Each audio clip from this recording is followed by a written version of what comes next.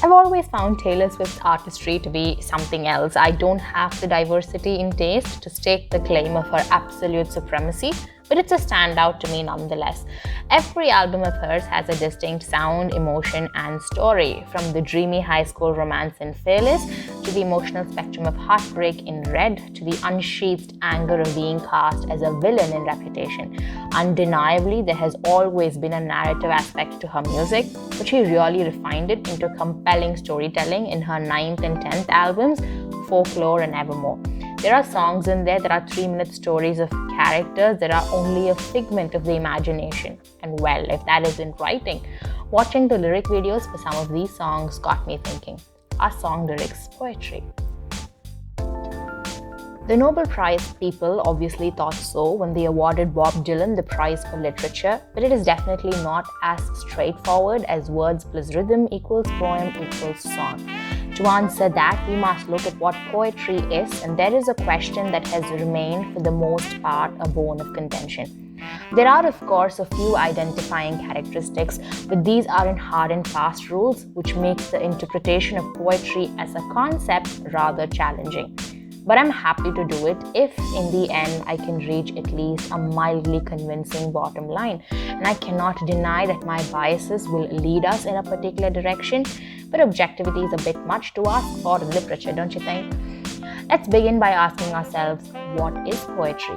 This may prove to be a minor divergence, but a rather enjoyable one if I dare say so. I asked the internet as much, and among dictionary definitions, which we will keep for later, it threw up a stunningly articulate piece written by Mark Yakic for the culture column in The Atlantic.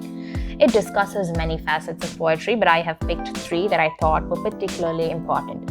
The first of this is how poetry begs to be read. In terms of form, you're much more likely to skip over a well-justified 6-line paragraph than a 10-line left-aligned poem with haphazard enjambment.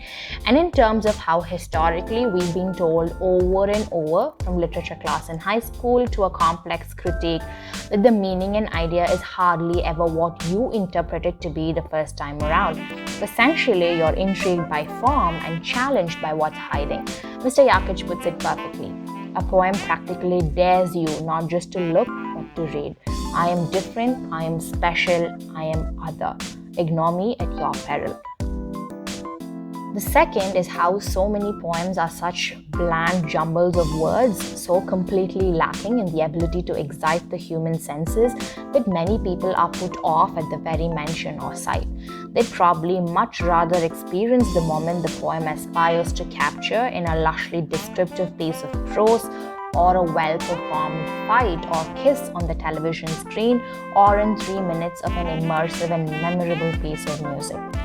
A poem moves a reader physically or emotionally very rarely.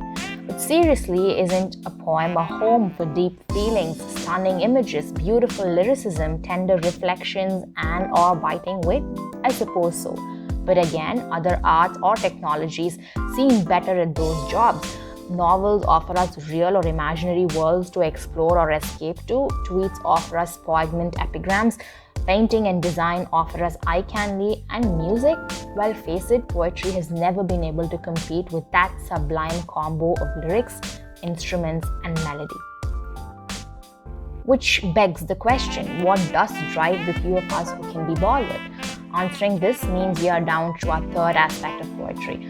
A well-written poem to me is an incomplete thought. It's an outpouring of an emotion so intimate or an experience so intense, you believe you say more by saying less.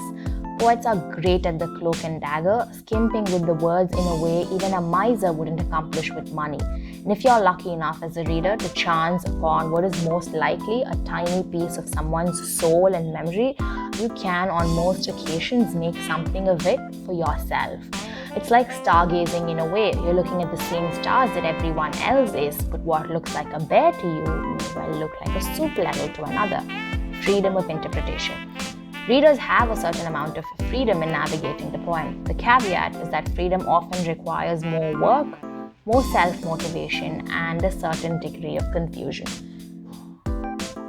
What we have discussed thus far, the invitation, the lack of invitation, and the interpretation, will not, however, help us bin a piece of text either as a poem or an art poem. So let us look at dictionary definitions. I have chosen 3 of them with no particular reason. Oxford Dictionary says a poem is a literary work in which the expression of feelings and ideas is given intensity by the use of distinctive style and rhythm. Merriam-Webster defines poetry as writing that formulates a concentrated, imaginative awareness of experience in language chosen and arranged to create a specific emotional response through meaning, sound, and rhythm. Cambridge Dictionary defines a poem as a piece of writing in which the words are arranged in separate lines, often ending in rhyme, and are chosen for their sound and for the images and ideas they suggest. If we're looking at something more creative than TED Ed's What Makes a Poem lesson does a neat job of the definition and pinpoints a few characteristics for a poem: condensed language, intense feelings, and musical qualities. A poem, then, if we could summarize, is an aesthetic arrangement of the choicest words that recreates an emotion or an experience. This is how I've always interpreted it. If you can be extravagant and economical in the same 6 lines, then congratulations, you've written a poem. On the next episode, we look at how rhyme and rhythm fits into the argument.